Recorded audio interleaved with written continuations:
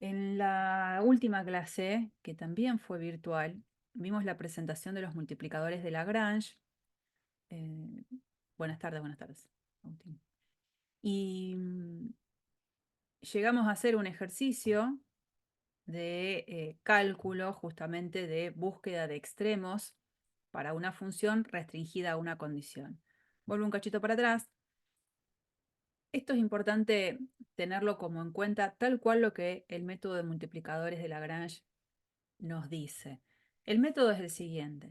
Si yo quiero buscar extremos de una función sujeta a mirarla a puntos que están vinculados a partir de una restricción, es probable que a lo mejor la función f pueda tener un dominio que hasta puede llegar a ser todo R3, pero yo no la miro en su gran dominio, sino que restrinjo mirar la función a puntos que están sobre la superficie involucrada con esta otra función g. Hay una superficie, esa superficie tiene una ecuación que la representa, esa ecuación la escribimos de esta manera, g de x y z igual k. Bueno, lo que vimos es que si la función f tiene efectivamente un extremo en puntos que están restringidos a esta condición, en esos puntos necesariamente algo tiene que pasar. Tiene que pasar que el gradiente de f tiene que ser paralelo al gradiente de g. Gradiente de g al que le vamos a pedir también para que multiplicadores de Lagrange sea válido, que ese gradiente sea distinto del vector nulo, es decir, que exista plano tangente a la superficie vista como una superficie de nivel de esa función g. Bajo esas condiciones, uno dice, bueno, si estoy parada sobre un extremo y en ese extremo el gradiente de f tiene que ser igual a lambda por el gradiente de g, que es la forma en que nosotros escribimos la condición de paralelismo, decimos, bueno, ahora, ante una situación en la que yo lo tengo que buscar a ese extremo, y sé que ese extremo que estoy buscando lo voy a encontrar, condición, ese extremo lo voy a buscar sobre lugares candidatos. Entonces, ¿qué es lo que hago? Resuelvo el sistema que queda involucrado en donde pido que el gradiente de f sea igual a lambda del gradiente de g, obviamente con la condición involucrada de que estoy restringiendo la mirada de la función a puntos que están sobre esa superficie, y después, una vez que tenga esos candidatos, veré de evaluar la función en los candidatos, el valor más grande será el máximo, el valor más chico será el mínimo. Esa es un poco la idea de la resolución de multiplicadores de Lagrange. Esto es para funciones de tres variables, pero funciona absolutamente idéntico para funciones f de dos variables y restricciones que estén relacionadas con también funciones de dos variables, ¿no? Bueno, habíamos hecho la resolución de este ejercicio, obtener el valor máximo y mínimo de la función x por y sujeta a mirar a puntos que están sobre una elipse. Yo lo que sé es que esta función es una función súper continua, porque es x por y, una función polinómica en xy, y sé también que los puntos que están cumpliendo con la restricción de estar sobre una elipse, como conjunto, ese conjunto es un conjunto que es cerrado y acotado. Si esta curva cerrada que está dibujada acá, la puedo ver como un conjunto que es cerrado y acotado. Toda función que sea continua, definida sobre una región que sea cerrada y acotada, hay un teorema que nos dice que tiene siempre extremos absolutos.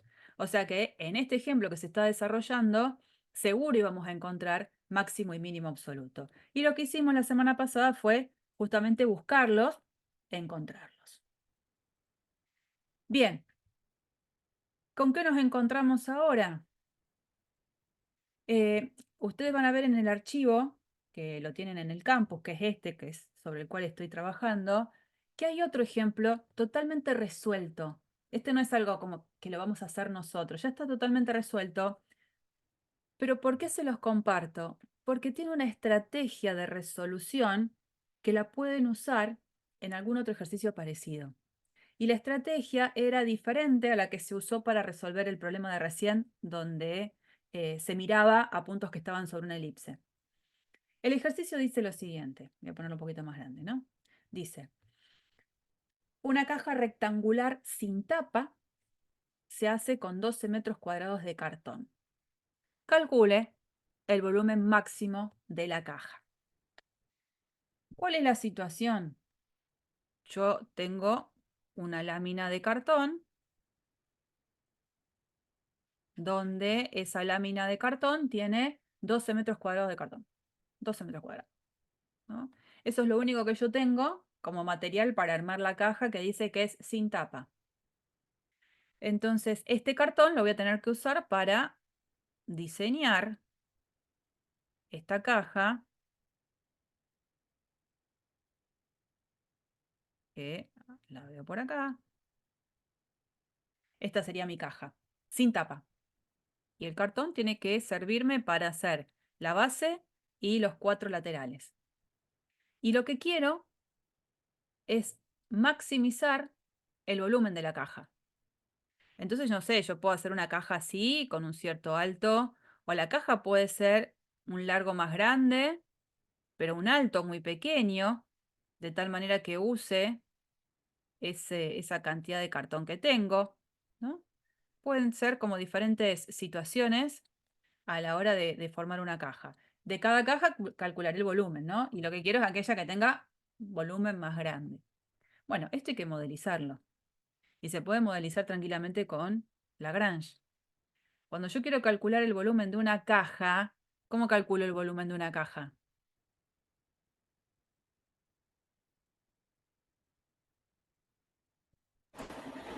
Base por altura por profundidad. Sí, está bien. Sí, sí. Esos nombres que a veces uno ¿cómo lo nombro? Largo por alto por ancho. Muy bien. Entonces, la Sí, idea es eso. que, como yo quiero modelizarlo, en algún momento voy a tener que poner variables. Entonces, ¿por qué no pensar que a este lado lo llamo X, a este lo llamo Y, y a este lo llamo Z? Entonces, el volumen de la caja lo puedo escribir así. Esta es la función a maximizar. Quiero maximizar esa función. Y hay una restricción en juego. La cantidad de cartón que tengo es limitada. Entonces, si yo sumo las áreas de tanto la base como de los laterales de la caja, esa área tiene que ser 12, que es la cantidad de cartón que yo tengo. Y entonces, bueno, sumamos las áreas de todos esos lados que van a conformar la caja y que dice que es sin tapa. Entonces, tomaría el área de este lado que yo tengo de frente, que lo puedo encontrar haciendo X por Z, pero este otro lado también tiene exactamente las mismas dimensiones, así que el área de de esos dos lados sería 2 por XZ. Después tengo el lado de acá, de este costadito, que también es idéntico a este, y en ese caso mide Y por Z su superficie, pero como son 2 y Z, y después tenemos el área de lo que sería la base, que es lo que tenemos acá, que sería X por Y. Y eso sí es una sola vez, porque la tapa no estaría. Si me hubiesen dicho que tenía que hacer una caja con tapa, entonces acá tendría que haber puesto un 2 también. Bueno, una vez que uno escribió eso, lo que se da cuenta es que acá lo que hizo fue modelizarlo al problema. Puso la función a optimizar y puso la condición.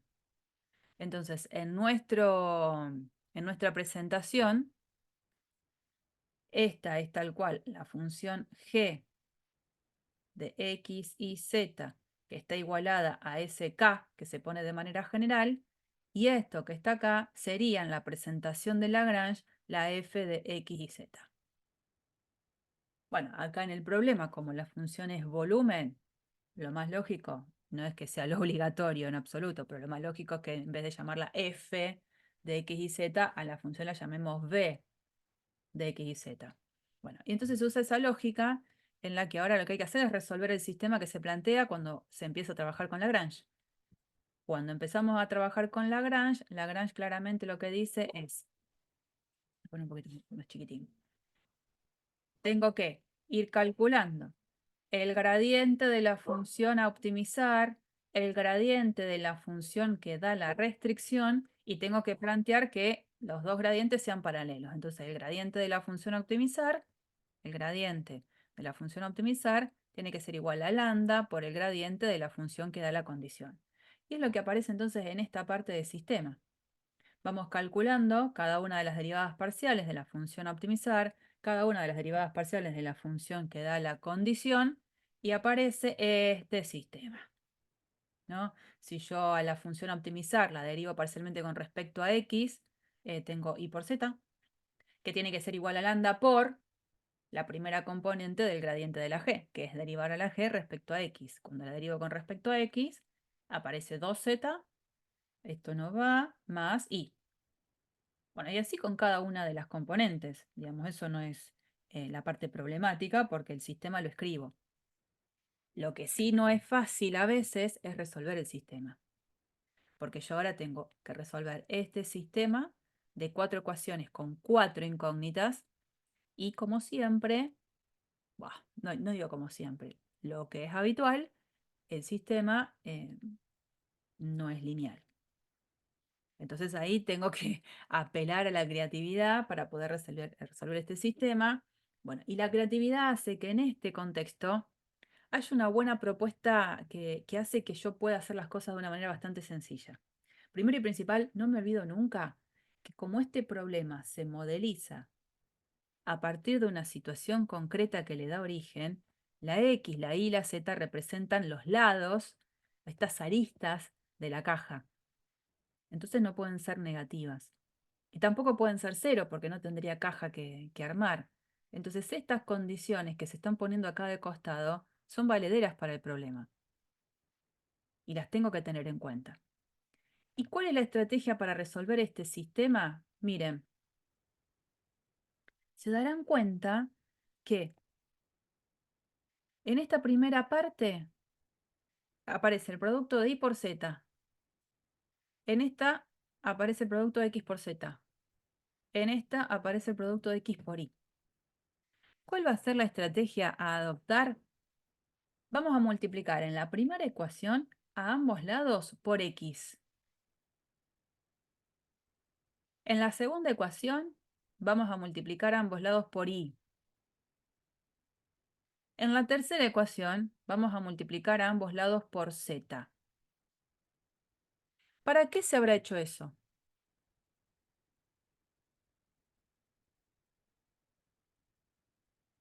¿Para qué les parece que se puede haber hecho eso? para igualar las tres ecuaciones. Sí, para eso. Porque entonces yo ahora tengo del lado de la izquierda, en las tres igualdades, siempre tengo lo mismo. Tengo x por y por z. En un orden, no importa, es producto, no importa el orden.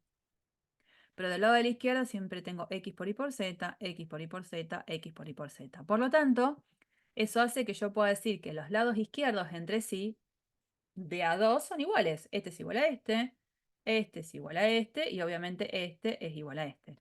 Yo puedo ir tomando las opciones de igualdad como yo quiera. Entonces, en esta propuesta, ¿cómo continúa? Mirando acá, una vez que hacemos esto de multiplicar a cada una de estas ecuaciones con la variable que corresponda para lograr que de la izquierda siempre quede x por y por z, pensamos en esto. Vamos a igualar, como dice acá que iguala así, 6 y 7, esto. Vamos a igualar 6 y 7. Digo, si x por y por z es lo que está acá del lado de la derecha, bueno, va a ser igual a lo que está del lado de la derecha en la segunda ecuación. Entonces queda lambda por 2xz más xy igual a lambda por 2iz más xy. Ahora, me encantaría poder simplificar por lambda, pero lambda es una variable. Entonces, si yo simplifico por lambda, tengo que estar aclarando de que lambda no es cero para poder hacer esa simplificación, y en todo caso después tengo que decir, y bueno, y si lambda hubiese sido cero, ¿qué hubiese pasado? ¿No? Entonces, la idea es que uno puede, en este contexto, decir que sí o sí lambda va a tener que ser distinto de cero. ¿Por qué? Porque si lambda llegara a ser cero, del sistema que tenía hace un rato, alguno de estos productos, los tres productos, tienen que darme 0. Y para que eso suceda, mínimo una variable tiene que ser 0. ¿No? Por ejemplo, acá, si yo miro esta igualdad. No me deja cambiar de color. So. Si yo miro esta igualdad, que x por y valga 0, ¿eso qué significa en cuanto a x y a y?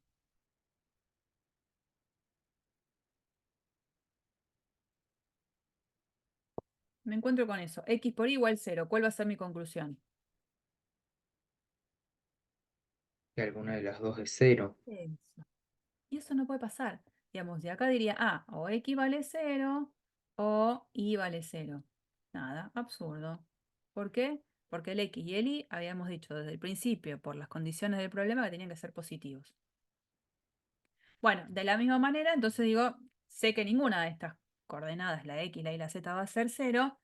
Eso hace que pueda simplificar tranquila en lambda, porque lambda seguro es distinto de 0.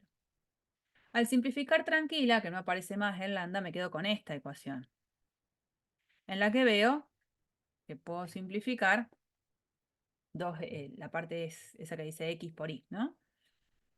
Paso siguiente, ¿qué es lo que me queda? Paso siguiente, me queda que 2xz tiene que ser igual a 2 por y por z. Listo, simplifico los dos. Y acá digo, ¿puedo simplificar por z? ¿Puedo decir que entonces esto es x igual a y? Porque lo que pienso es simplificar a z. ¿Puedo hacer esto?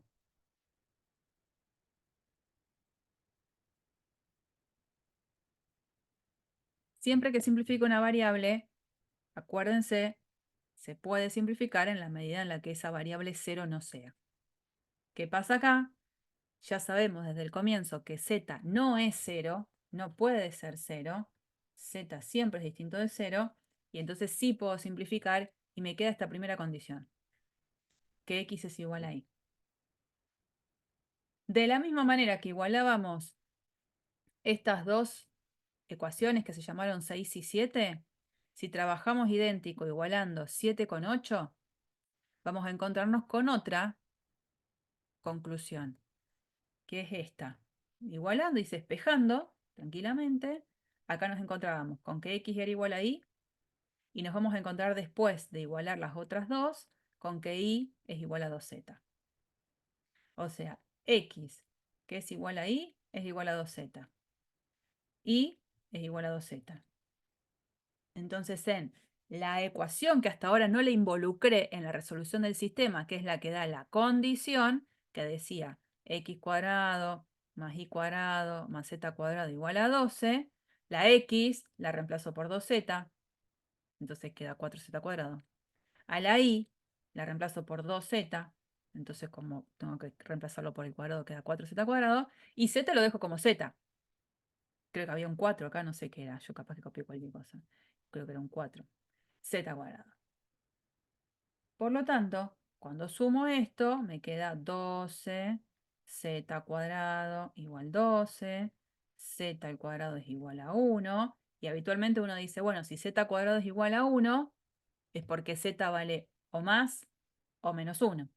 Lo puedo poner, como no, más o menos 1, pero uno ya sabe que de esas dos posibilidades se tiene que quedar con la positiva.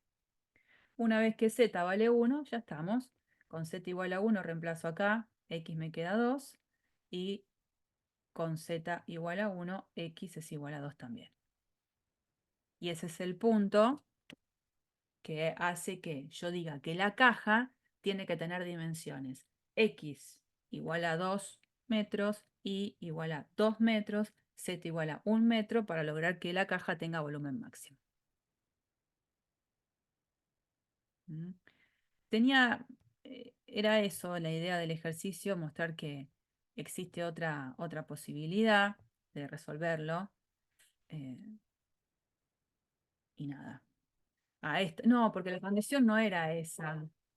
La condición era 2xz más 2yz más xy igual 12. Yo había puesto otra cosa acá. Claro. Una salame tremenda yo. Había puesto cualquier cosa. Perdón por aquel que está viendo esta grabación, después se va a dar cuenta. Dice, ¿qué está diciendo? Ay, la condición, acá, perdón, era 2xz más 2iz más una vez x por y. Eso es lo que tenía que ser 12. Ahí, reemplazando, me quedaría 2 por lo que es x. ¿Pero quién es x? X es 2z. Más 2 por lo que es y. ¿Quién es y? 2z por z. Más, y después acá dice x por y. ¿Quién es x? 2z. ¿Quién es y? 2z. Y eso es 12. De ahí es Le donde... faltó una Z, profe, ahí ¿A dónde me en el faltó? primer Acá, término. primero. Sí. Ahí va. No sé, tengo tan pegada en la cabeza el x cuadrado más y cuadrado más z cuadrado que ahí la pifié. No, de ahí viene, de ahí viene. Perdón, perdón, perdón. Bueno, tengan en cuenta esta estrategia. Así como uno conoció un montón de estrategias de cálculo de límites para análisis 1 y a veces veía un límite que calcular y decía, ah, me parece que este puede salir haciendo lo mismo que hice con tal. Bueno, acá lo mismo. Si tienen una situación como esa, acuérdense de esta estrategia que les puede venir bien. Lo que sí es nuevo, porque eso no era más que un ejercicio más de Lagrange que ya lo habíamos trabajado, lo que sí es nuevo es esta situación. Multiplicadores de Lagrange con dos restricciones. Para eso tengo que estar trabajando en el espacio, tengo que trabajar con funciones de 3 variables. Entonces, supongamos, situación, que nosotros deseamos calcular valor máximo, mínimo, dependiendo del problema, de la naturaleza del problema, de una función de 3 variables sujeta a la condición de que los puntos sobre los cuales quiero mirar a esta función son puntos que están sobre una curva. Curva que va a salir en el espacio como intersección de dos superficies.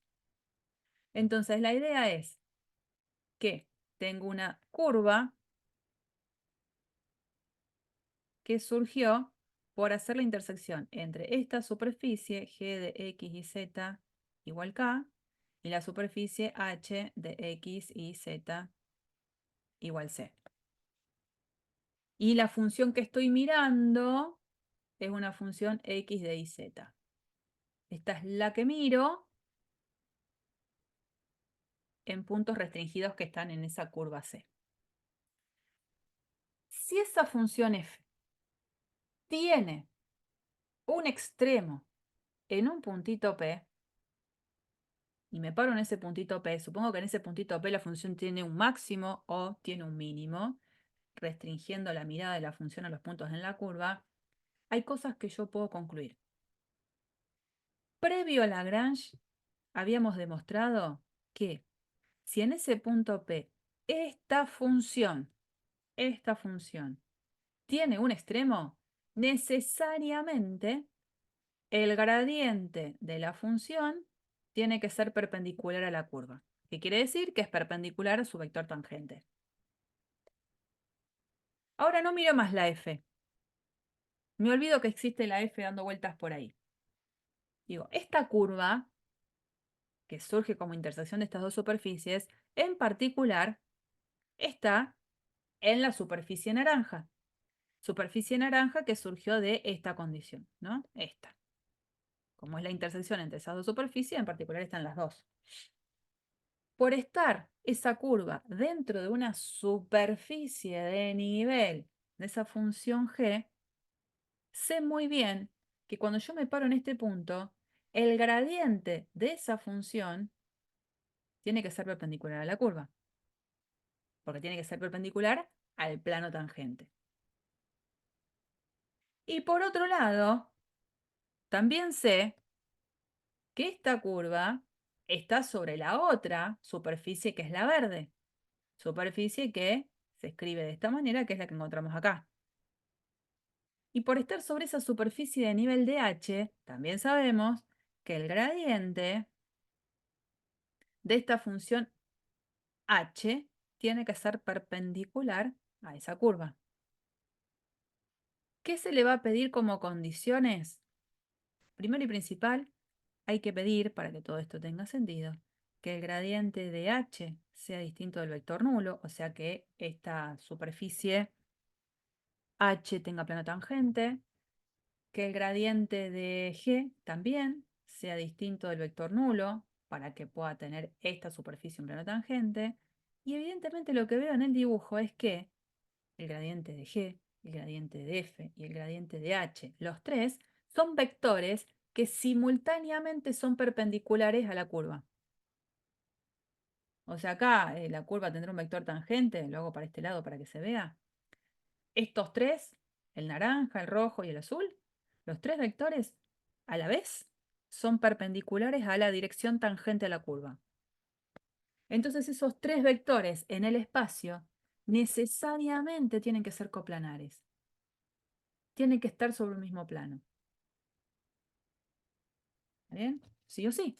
Que es la forma en la que después se genera un plano. Yo cuando tengo un plano, tengo acá el vector normal del plano y todas estas direcciones son todas perpendiculares a n. Bueno, en este caso, el vector tangente, como vector, es perpendicular simultáneamente a estos tres. Entonces, estos tres tienen que ser coplanares. Como conjunto, esos tres vectores serían conjunto LD. Entonces la conclusión es que el gradiente de f tiene que ser escrito a partir de una combinación lineal entre el gradiente de g y el gradiente de h. Y esta es entonces la condición que aparece cuando yo tengo que resolver un problema de maximizar una función mirándola en puntos que están sobre una curva. Necesariamente, en el punto donde esta función tenga ese extremo, esto tiene que pasar.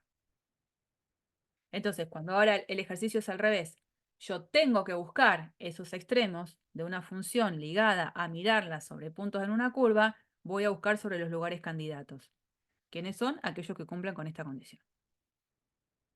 ¿Mm? Entonces, eso es lo que nosotros vamos a ver ahora en la siguiente diapositiva. Necesariamente, el gradiente de f en el punto en cuestión va a tener que ser una combinación lineal entre estos dos vectores. Bien. ¿Qué origina eso? Un sistema que va a tener ahora 5 ecuaciones con 5 incógnitas. Porque este lambda y este mu serían lo que uno llamaría los multiplicadores de Lagrange cuando estoy resolviendo un problema con dos condiciones. Antes tenía un solo multiplicador, ahora son dos. Y entonces, no nos olvidemos, lo que tengo en esta igualdad es una igualdad entre vectores. Esto es un vector de 3 componentes, acá tengo un gran vector de 3 componentes, ¿y qué voy a ir haciendo? Voy a igualar componente a componente. Primera componente del gradiente de f, derivada parcial de f respecto a x. ¿A quién va a tener que ser igual? Y a lambda por la primera componente del gradiente de g, más mu por la primera componente del gradiente de h. Y así voy haciéndolo con cada una de las componentes, con la segunda y con la tercera. Y ahí aparecen estas tres ecuaciones. Pero tengo que sumar a este sistema el hecho de que a la función no la estoy mirando en cualquier lado. La estoy mirando en puntos restringidos a la curva que surgió por simultáneamente tomar estas otras dos ecuaciones. 5 ecuaciones y las 5 incógnitas, ¿quiénes son? La x, la y, z, lambda y mu. ¿Lo hace más difícil el problema? Y sí, porque si ya se nos venía complicando resolver un sistema de 4 ecuaciones con 4 incógnitas, que no es lineal en general, bueno, imagínense una situación como esta.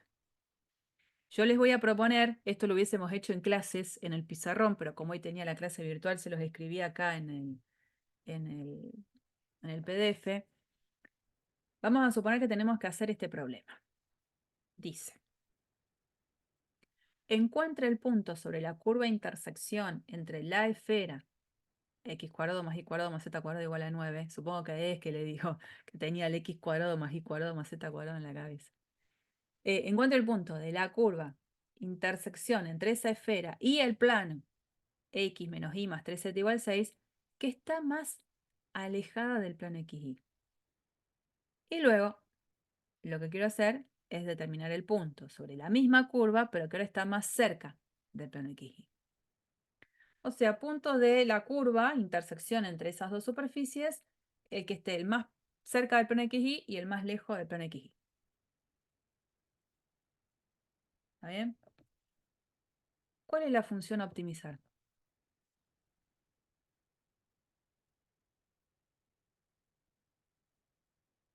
Porque la curva la tengo, intersección entre esas dos superficies, pero ¿qué función hay que optimizar?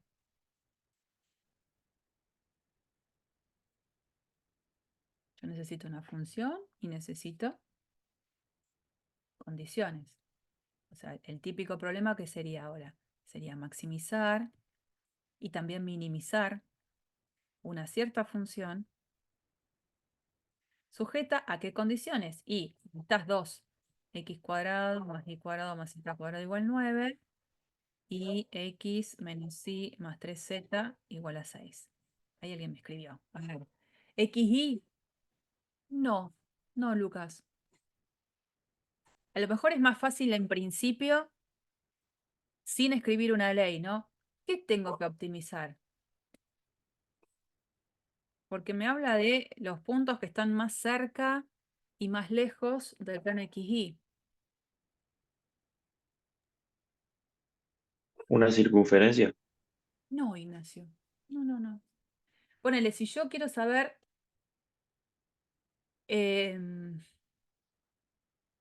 vos y yo, ¿no? ¿Quién está más cerca de la facultad? ¿Qué haríamos? Suponete que tenés el mapa, dónde estás vos, dónde estoy yo, dónde está la facultad. Para ver quién está más cerca, ¿qué harías? Pensando en que puedo hacer un Y, camino directo, no que tengo que ir por esta calle y doblar, un camino directo. y contar las cuadras, ¿no? Bueno, pero ponele que no tengo cuadras, que yo puedo ir directo. Ah, ves cuál está más lejos y más cerca. O Bueno, ¿y sea, cómo mirando calculas? el mapa. Bueno, pero ¿qué calculas para eso? Vos me decís las cuadras, bien, no está mal. Claro, ahí como dice Ignacio, mido ambas distancias y las comparo. Porque hasta ahora la palabra distancia no apareció nunca. ¿Estamos de acuerdo? Hay una distancia. Hay una distancia. ¿Y cómo calculo la distancia de un punto? En este caso, al plano XY. ¿Cómo se hace eso? Tengo el puntito acá. Piqui, piqui.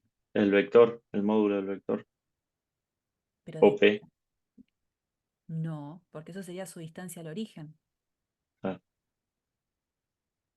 Acá lo tengo x0, acá tengo y0, acá tengo z0. Este punto, ¿no? Z, x, y. ¿Cuál sería la distancia de ese punto al plano XY?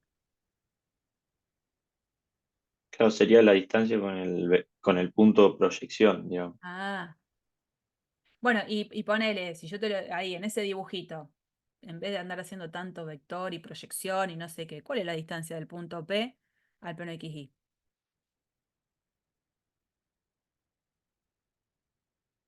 ¿Cómo la calculo?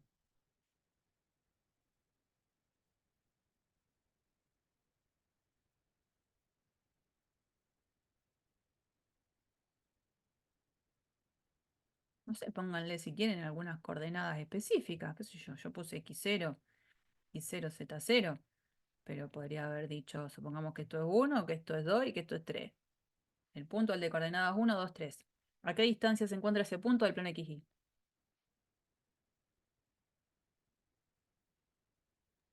3.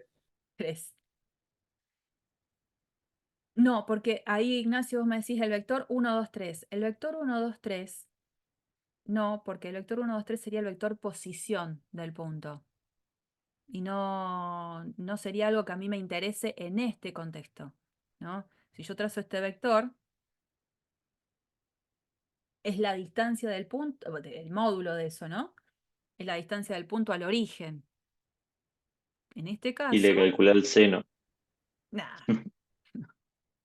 Ah, ah, Esto sería el valor de la distancia, ¿no? Lo que mide este segmentito. Que en nuestro caso, para este punto concreto, la distancia de este punto a lo que sería el plano XY va a ser 3. Si el punto en vez de haber sido 1, 2, 3, si el punto hubiese sido el de coordenadas 1, 2, menos 3, ¿cuál hubiese sido la distancia del punto al plano XY? Seguiría siendo 3. Bien. Entonces, si yo quisiera escribir algo de manera general, la distancia de un punto de coordenadas X y Z al plano XY, ¿qué pongo? El valor absoluto Sí, de z. sí, señor. Bien. Llegamos a la conclusión. Eso, ahí, ay, me puso las barras y todo, bien, man. Alejo. Em, Llegamos a la conclusión de que esa sería la fórmula de cálculo de distancia. Entonces, esta función que yo tenía acá, que no sabía muy bien quién era, ahora lo sé. Es valor absoluto de Z. Fantástico. Ahora, lo cierto es que si los puntos con los que yo estoy trabajando, todos quedaran por arriba del plano XY, en vez de escribir valor absoluto de Z, ¿qué puedo escribir? Si los puntos con los que yo quiero calcular la distancia son todos puntos que quedan por arriba del plano XY, la Z siempre va a ser positivo. entonces en valor absoluto de Z lo puedo reemplazar por... Z. Bien, eso es lo que va a poder suceder acá. Eso se va a poder lograr en nuestro caso porque, bueno, ahora, ya que ya nos dimos cuenta de todo eso, voy a borrar. Vamos a usar un toque, un ratito de GeoGebra para ubicarnos en general. Uno cuando da este ejercicio puede o no involucrar el dibujo de la intersección de esas dos superficies y si no, uno las hace. Bueno, nosotros lo vamos a hacer. X al cuadrado más Y al cuadrado más Z al cuadrado igual a 9. Ya tenemos la esfera dando vueltas. Y el plano era X menos Y más 3Z igual a 6. Bueno, ahí está, ¿no? Ahí están los dos. Entonces, bueno, puedo buscar la intersección, venir por acá, en este simbolito, y marco las dos superficies, y ahí tengo el dibujito de la intersección. Los puntos de la curva están ahí. Esa es la intersección. Resulta que cuando veo el plano XY, que acá lo puedo hasta, el mismo GeoGebra lo hace por defecto, yo siempre lo saco si puedo, el plano XY, fíjense que la curva ha quedado por arriba del plano XY. Eso es lo que me interesa. Eso que hace me da, por supuesto, la libertad de poder realmente decir que en nuestro caso, la función a optimizar, que era la distancia, realmente la puedo escribir así.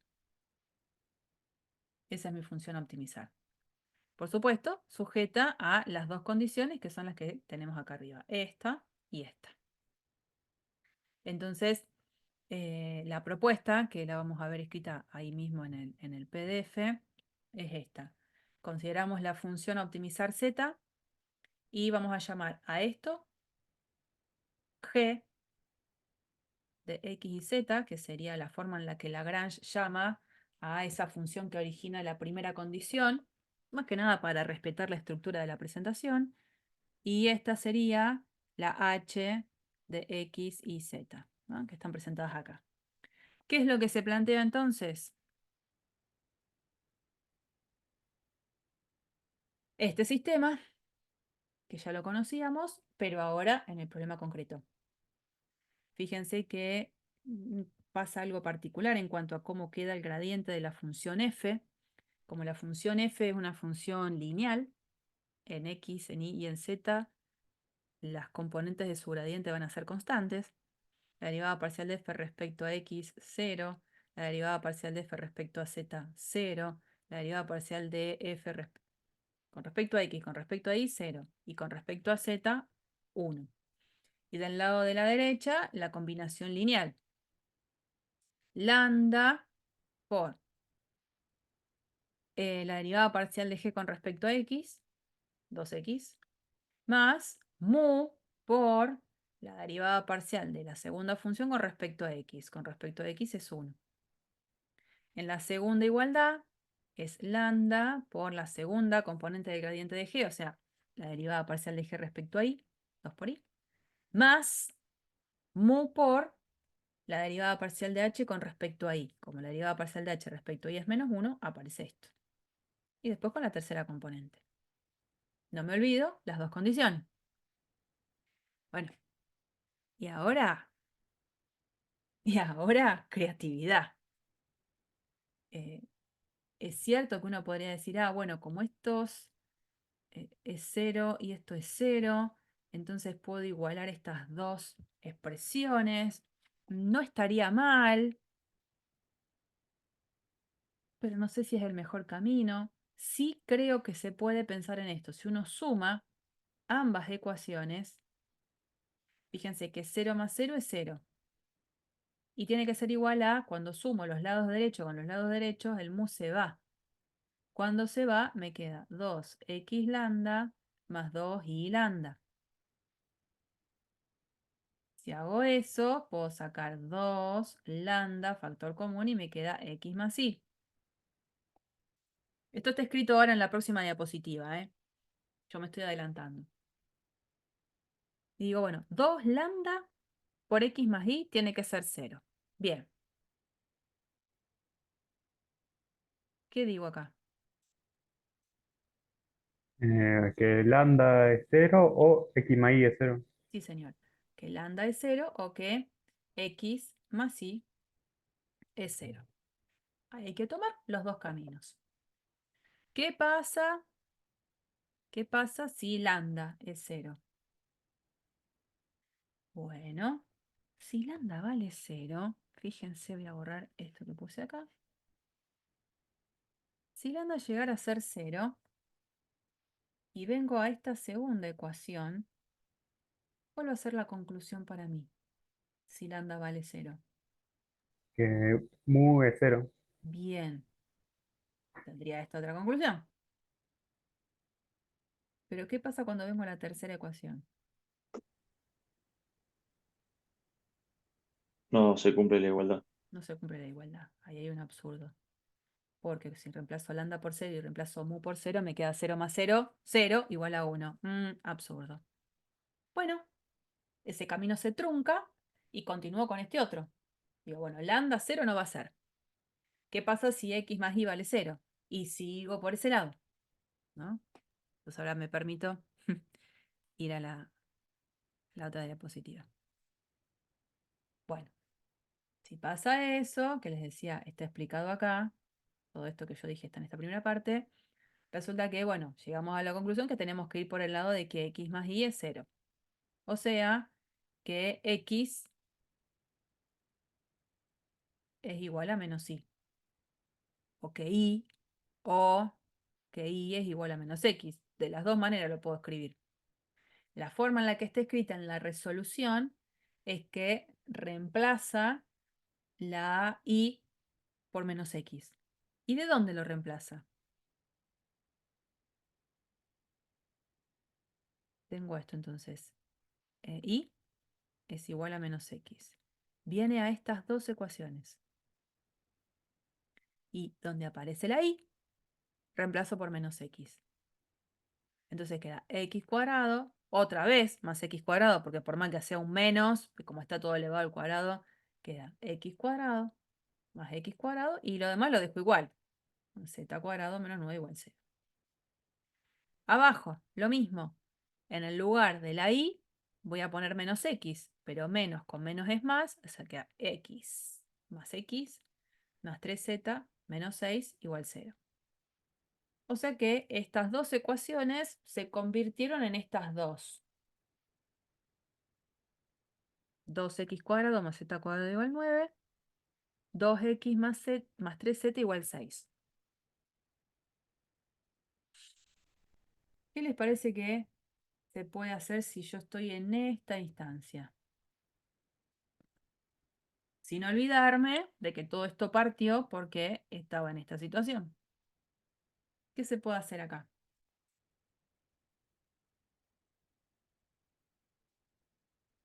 Hay una ecuación que no es lineal y otra que sí es lineal.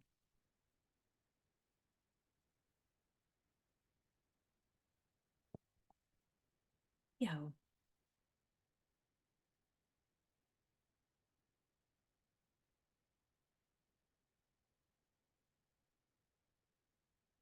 Vamos, vamos, vamos. Una idea.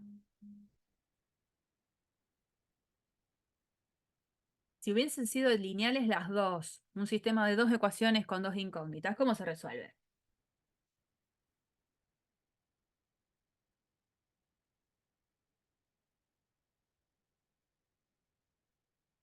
¿Ya se me cortó? No. ¿Están ahí?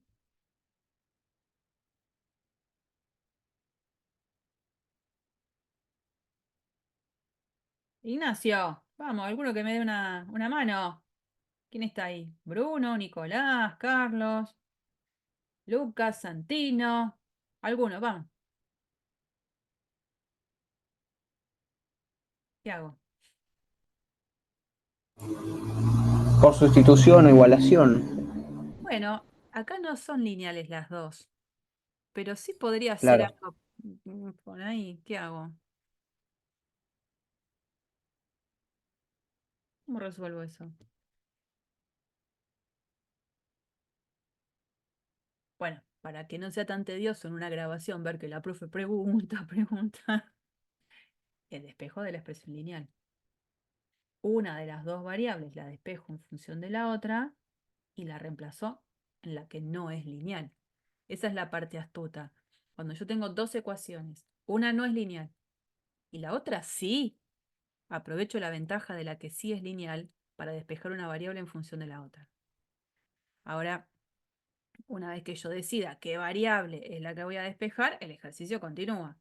En este caso, despejo, qué sé yo, la x en función de z. ¿Dónde lo escribo acá? Puedo describir esto. X es igual a 6 menos 3z, todo dividido 2. O sea, x es igual a 3 menos 3 medios z. Esto es lo que reemplazo acá arriba. Cuando lo reemplace, lo escribo, no lo voy a resolver para que no sea tan feo todo. Me queda 2 por 3 menos 3 medios z al cuadrado más z al cuadrado igual a 9. Bueno, ¿qué es lo que hago acá? Desarrollo el cuadrado de este binomio y me va a quedar una expresión cuadrática que voy a usar la resolvente para encontrar las dos raíces. Por cada valor de z que yo encuentre, ese valor de z lo voy a reemplazar acá y automáticamente después tengo el valor de la y. Quedan números espantosos. Fíjense, miren lo lindo que quedaron esos números. Bueno, es lo que puede pasar en la resolución de un sistema de Lagrange con dos condiciones, así que no se asusten si le quedan números espantosos cuando hagan las resoluciones. Entonces, bueno, les presentaba eso para que vean. Y bueno, no siempre tiene que quedar 1, menos 1, un cuarto. Pueden quedar estas cosas. Bueno, ¿eso a qué me lleva? A que evidentemente lo que encontré fueron dos puntos. Dos puntos que, si yo voy al dibujo que había hecho, que tengo acá, digo, y sí, si lo miro ahí, y da toda la sensación que ahí tengo dos puntos. Uno se corresponderá con este puntito, en donde cuando calculo su distancia al plano XY tengo eso, y el otro puntito será ese, que al calcular su distancia al plano XY es la más grande. Bueno, esos dos puntos son los que yo estoy encontrando con la resolución de Lagrange. Uno, después, por ejemplo, tenemos que hacer una aproximación porque si no, no sabemos de qué número estamos hablando. Bueno, como la distancia era mirar su tercera coordenada, el punto que es el P sub 1, que es el punto P sub 2, tiene coordenada Z 2,66 aproximadamente, tiene coordenada Z 0,62. Bueno, el punto P sub 2 es el que está más cerca y el punto P sub 1 es el que está más lejos del plano equidistante. ¿Vamos? Cuando uno hace un ejercicio que no tiene la resolución, obviamente que le va a llevar más tiempo. No lo dudo. No es que es tan simple como hago la cuentita rápido. Muchas veces uno se encuentra tildado porque dice, ay, ¿estará bien esto? Siempre es dudoso, ¿no? No, no, no. Si hago las cosas como corresponden, me pueden quedar con números feos. Bien, esto es lo que puede aparecer en un Lagrange con dos condiciones, ¿eh?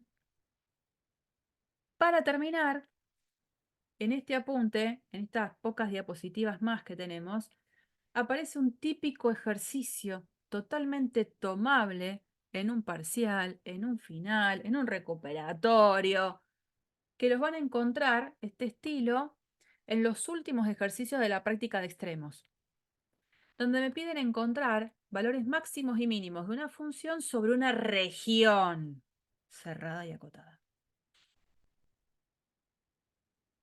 Esta función es una función que tiene como ley 2x² más x más y² menos 2. Bien, la función supercontinua porque es polinómica.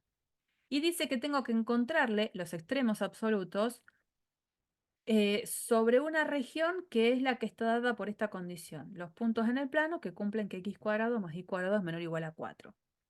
Bueno, en el plano, esta región, yo ya la recontra sé dibujar, es todo un disco centrado en el origen de radio 2, que es el que está representado acá, chiquitín, ¿no?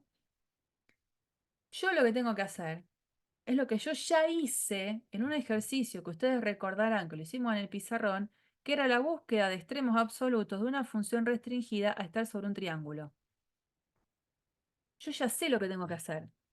La receta, porque como la función es continua sobre un cerrado y acotado, tiene extremos absolutos, la receta decía, busquemos los puntos críticos de la función y nos quedamos con aquellos que sean interiores a la región. Y cuando digo interiores, es que esté adentro de la región, que sea un punto interior, no que esté sobre la frontera.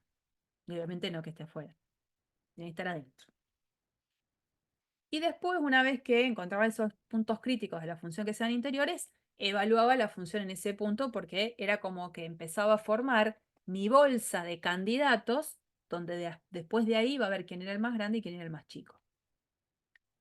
Y después tenía que analizar la función en la frontera. En el dibujito, ¿se acuerdan del triángulo? ¿Qué pasaba con la frontera? Cuando tuve que analizar la frontera, ¿qué hice?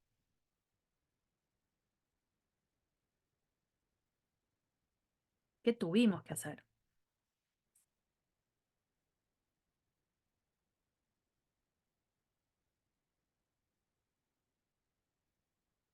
Vamos, ¿qué hicimos? ¿Nadie se acuerda?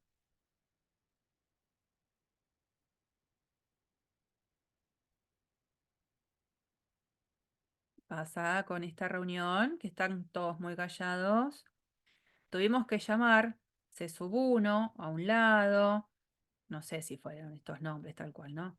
C sub 2 a este lado y a este lo llamamos C sub 3 y la frontera, la unión de los tres segmentos. Claro, eso, Carlos. Tuvimos que mirar cada lado y analizar la función por cada segmentito. Eso hizo que el ejercicio fuese un poquito extenso. No difícil, pero extenso. Una vez que buscaba después los candidatos sobre todo lo que fue la frontera y tenía la bolsa de los candidatos, el más grande era el máximo, el más chiquito era el mínimo. En este ejercicio, ¿cuál es la diferencia? Porque en esencia son la misma cosa. Estoy haciendo lo mismo. Lo que cambia en este ejercicio es que la frontera de mi disco es toda esta circunferencia. Y la circunferencia puede ser escrita a partir de una sola ecuación. No necesito separar a esa curva frontera en diferentes pedacitos Porque realmente lo que es la frontera se puede escribir a partir de esta condición. Igual a 4sx² más y cuadrado. El menor igual es toda la región. Pero la frontera se puede escribir de esa manera. Y eso es una ventaja porque para analizar la función en la frontera, dado que se puede escribir a partir de una única condición, voy a utilizar Lagrange. No lo podía usar en el momento del triángulo porque Lagrange, primero, no lo conocía y segundo, porque la frontera no se podía identificar a partir de una sola ecuación. Bueno, pero entonces si tengo que aplicar la receta dice, primero, busquemos los puntos críticos que sean interiores a la región. De la f, para buscar los puntos críticos, como era polinómica, lo que había que hacer era igualar cada una de las derivadas parciales a 0. La derivada parcial con respecto a x y 4x más 1, nada más. La derivada parcial con respecto a y, 2y. De igualar a 0, x es igual a menos un cuarto, y es igual a 0, el puntito es este, y cuando lo ubico es un punto que totalmente está en el interior de la región. Totalmente. Entonces, en esa bolsa que yo haría en el pizarrón de costado, la bolsa de los candidatos, lo que escribiría es f en menos un cuarto 0. Ya es mi primer puntito que pertenece a la bolsa de los candidatos. Hago la cuentita, ahora la vemos porque la cuenta está al final. Y veo cuánto me da. ¿Hay algún otro punto crítico más? No. Entonces, ¿qué hago? Analizo la función en la frontera. Como les decía, la frontera se puede escribir a partir de una sola ecuación y entonces se aplica Lagrange. Porque Lagrange hace eso, busca extremos de una función cuando se restringe a puntos que están en esta curva. Y bueno, es lo que ya sabemos hacer. Esto no va a ser para nada nuevo. Planteamos el sistema con Lagrange. No voy a hacer todo el desarrollo de los pasos, digamos, esto es algo que cualquiera puede venir y hacerlo y que después corroborar si le da lo mismo. Bueno, que me encuentro que aparecen en la resolución de Lagrange, aparecen 4 puntos nuevos. ¿Qué voy a hacer ahora? Tenía el punto crítico anterior, el punto crítico P, que era el de coordenadas menos un cuarto 0. Bueno, ¿ahora qué se hace? Se evalúa F en ese punto crítico. Se evalúa F en todos los puntitos que encontramos recién, que como por la forma que la ley de la función tiene, F en P sub 1 me va a dar lo mismo que F en P sub 2. Acá evalúo F en este puntito P sub 3, evalúo F en el otro punto y ahí tengo los candidatos. Esta sería la bolsa de los candidatos. El valor más grande es el máximo absoluto y el valor más chico, que sería este, el valor mínimo absoluto. Bueno, ese chancherío que hice yo está bien escrito. Ahí. Bueno, con esto se le da ya el fin a los temas del primer parcial, pero son 10 minutos más, no es más que eso, menos. Comentarles este apunte que también lo tienen ustedes, que se llama situaciones particulares de Lagrange, donde a veces uno dice, bueno, lo voy a resolver el problema que me están planteando por Lagrange. Ciegamente, aplico Lagrange porque no miro otra cosa. Y a veces el problema, cuando lo resuelvo por Lagrange, me puede llevar a decir algo que no es correcto. ¿Pero por qué? Porque Lagrange funcionaba en una situación muy particular. Funcionaba sabiendo que lo que estoy buscando lo voy a encontrar. Y sabiendo que el gradiente de la condición tenía que ser distinto del vector nulo. Condiciones básicas, ¿no? ¿Qué pasa con este ejemplo? Este es muy fácil. Dice, voy a buscar los extremos de la función x más y sujeta a la condición de que x por y sea igual a 1. Bueno, la f sería la función x más y, la que da la condición sería x por y, resuelvo Lagrange, no tengo ninguna dificultad, me encuentro con dos puntos. El 1, 1 y el menos 1, menos 1. Bueno, lo que viene, una vez que tenía los candidatos, les decía yo, armo la bolsa de los candidatos, que estaría formada por f en el 1, 1, f en el menos 1, menos 1. Como la función es x más y, f en el 1, 1 me da 2, f en el menos 1 me da menos 2, y entonces yo tranquilamente diría, bueno, acá tengo el máximo absoluto, acá tengo el mínimo absoluto, terminé el ejercicio, paso a otro. Bueno, resulta que esta función, x más y, cuando la miro a puntos sobre esta restricción, no tiene extremos absolutos. ¿Qué quiero decir con eso? Que puedo encontrar puntos que están sobre esta curva, x por y igual a 1, donde cuando sumo las componentes x más y, me dan más grande que 2 y tanto más grande que 2 como yo quiera, y otros puntos en donde la función me va a dar valores más chiquitos que menos 2. ¿Eso de dónde sale? ¿Por qué pasa eso? Porque cuando yo miro la condición, esto es lo mismo que decir que y es igual a 1 sobre x. Despejo, ¿no? O sea, los puntos están sobre esta curva. Esa curva, 1 sobre x, como conjunto de puntos, es cerrado, pero no es acotado. A diferencia de cuando trabajábamos antes sobre la elipse, eso sí, era un conjunto cerrado y acotado. Esta no. Entonces no tengo por qué suponer que esta función va a tener extremos absolutos. Y bueno, y es lo que sucede. Yo resuelvo con Lagrange sin analizar y me doy cuenta que hay puntos que están sobre la curva. A ver, puntos que están sobre la curva, como por ejemplo este, donde cuando evalúo la función, el resultado de x más y me da 5. Y así si sigo, puedo encontrar pares de puntos en la curva donde la suma de sus pares, de sus coordenadas, es siempre cada vez más grande o cada vez más chiquitita. Nada, es para abrir los ojos. Puede pasar que Lagrange no funcione tan bien como creo, pero en realidad no es que Lagrange me miente. Lagrange me dijo, bajo estas condiciones que yo impongo, te doy la solución.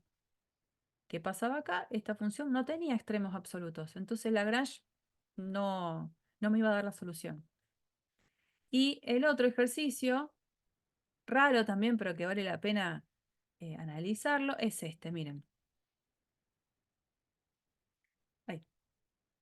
El ejercicio dice, determinar el punto de la curva y cuadrado igual a x menos 1 al cubo más próximo al origen. Bueno, dice, uy, ¿esa curva cuál es? La gráfica de la curva no es complicada porque, esperen que ponga un poquito más chiquitito. La curva que es esta, yo la puedo pensar como que si despejo la y, tengo dos posibilidades de despeje. O y es igual a más o menos x menos 1 a la 3 medios, ¿no? Porque hago raíz cuadrada miembro a miembro. Para que todo esto tenga sentido, el x tiene que ser más grande que 1, porque si bien el cubo lo puedo calcular para cualquier número, después hago una raíz cuadrada y ese número tiene que ser positivo. Tengo dos soluciones. Una de las soluciones con el más sería este pedacito de curva. Y si dibujo los puntos que cumplen la condición del menos, son los que están acá abajo. O sea, la unión de esas dos curvas me está dando la curva completa. Y digo, cuando veo el dibujo, digo, yo me doy cuenta que este puntito de acá, que está en la curva es el que está más cercano al origen. Me parece como obvio mirarlo ahí. No hay otro punto de la curva que esté más cerca del origen. Es ese. O sea que miro la geometría del problema y el punto que está más cerca del origen y que está en la curva es ese. La solución la tengo. Ahora, si yo esto lo hubiese querido resolver con Lagrange, me hubiese dado cuenta que está todo escrito acá para que después le peguen una mirada, no hubiese encontrado solución. No hubiese encontrado solución el sistema, no tiene solución. Lo quiero resolver, que es lo que ustedes van a ver acá. Lo quiero resolver y me termina quedando una ecuación de segundo grado donde no la satisface ningún número real. Y uno dice, ¿y qué pasó entonces acá? Bueno, lo que pasa es que la función que está dando la condición, esa famosa g, que es la que se escribe acá, en este punto tiene un gradiente nulo. El gradiente de g en ese puntito es el vector nulo. Que bueno, Lagrange decía que tenía que ser distinto del vector nulo para que él pueda trabajar bien y como corresponde. Bueno, estas dos situaciones son dos nomás de otras miles que yo podría seguir encontrando y planteando. No vamos a encontrar este tipo de situaciones en nuestros ejercicios, para que se queden tranquilos, ¿no? Nosotros vamos a trabajar ejercicios en los cuales Lagrange me dé la solución que estoy buscando. Pero no puedo dejar pasar estas situaciones que sí existen, porque si no se van a ir de acá pensando que Lagrange es el salvador del mundo, y lo es bajo ciertas condiciones. Yo esas condiciones no las tengo, y lo que yo haga con Lagrange puede no ser la solución a mi problema. ¿Está bien? Bueno,